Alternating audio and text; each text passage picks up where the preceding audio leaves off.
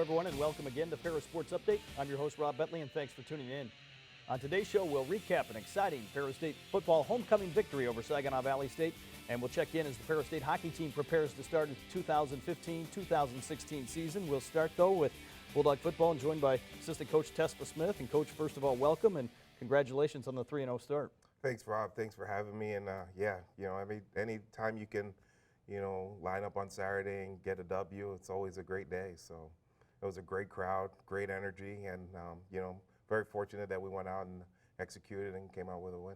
Coach Anise kind of mentioned that in his post-game remarks. The culture has really changed in terms of the fan support, 6,600 fans for homecoming. Well, what does that mean to play in front of that many people? I love the energy. I mean, we spoke at the bonfire the night before, and I told them, we got to bring that same energy to the game, and they followed suit and came out there. And it's always good for our guys to feed off that energy. The week before, we played in Allendale, and they had a great crowd, and it's always good to come home and get a welcome like that with the crowd we had Saturday. A 35-18 homecoming victory over Saginaw Valley. Talk about what that means to you personally, certainly being a former Saginaw Valley State assistant. Now, yeah, it was good. Like I said, I'm just happy we won, but, we've played them twice, and, we've got the win in both games. I was a little bit more emotional the year before because we went back there. It was my first year here, but, for me now, this is home. This is my family, and they're just another team, and we're just trying to get the W. So, as we get into the highlights of the game, obviously coming off a big win over Grand Valley State, was that a factor going into the game in terms of maintaining that energy going into the contest? Absolutely. I think you want to build off of that. So, we really stress to those guys. Although Saginaw is 0-3, you can't, come out, lethargic. And you gotta, get to them fast and, put the pedal to the metal. But I give Saginaw credit because they came out in that first series and, they gave us their best shot and they were able to score. But I think afterwards we were able to settle down and, pretty much keep control of the game.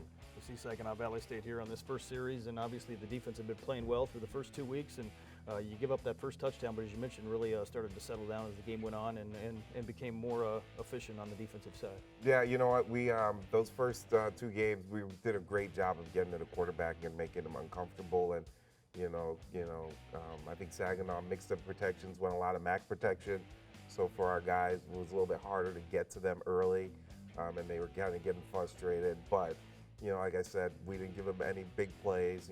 We made them earn everything, and I guess we just had control of the game. So certainly the offense will come out here and able to answer after Saginaw Valley State had scored, and the offense will put together 3 straight scoring drives here in the first half. Certainly helps the defense when you've got an offense that can put some points on the board. That's always our mindset: get the ball back to our offense, because we know that they, if at the very least, could change the field position. So get the ball. Let's make stops. Let's get the ball back to our offense, because with Jason and all the weapons he has, we have a great chance of scoring. So that's our goal.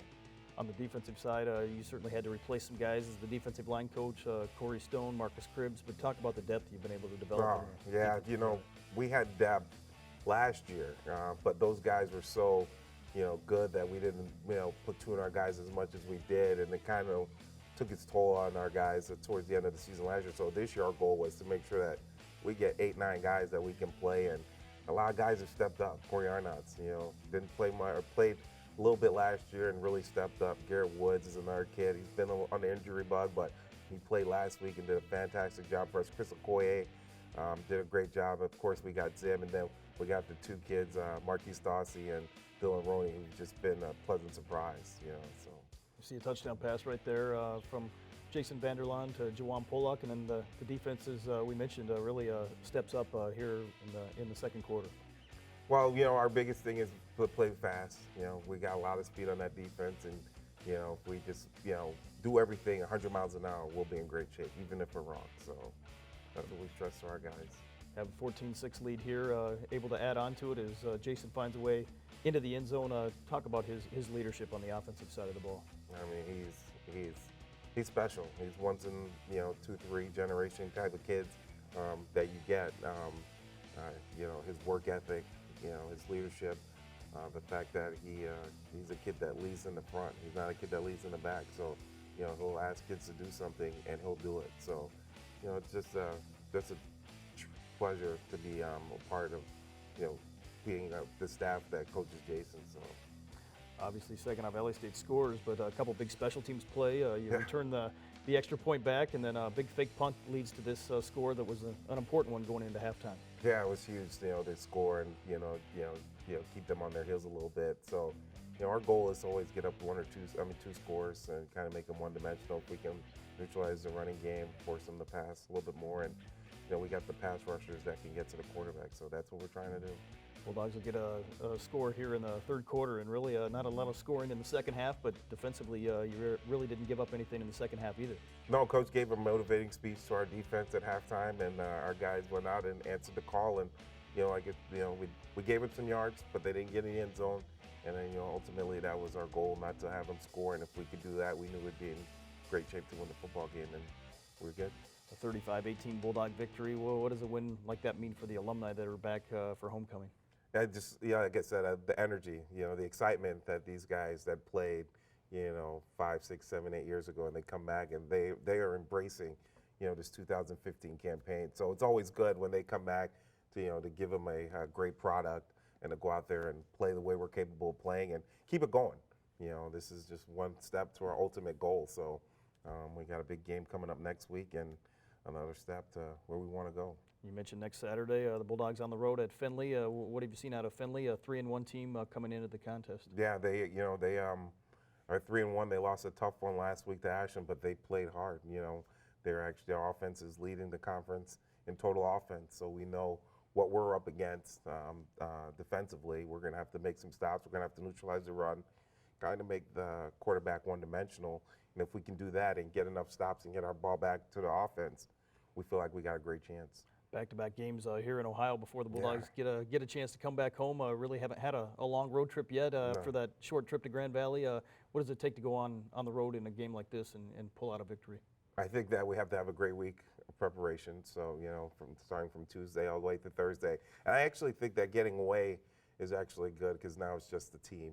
We get to stay in a hotel and it's just us and we're focused on us, and it allows our guys to get their minds focused on the task at hand. So Saturday. So, as long as we have a good week of practice, I think that we should be in great shape.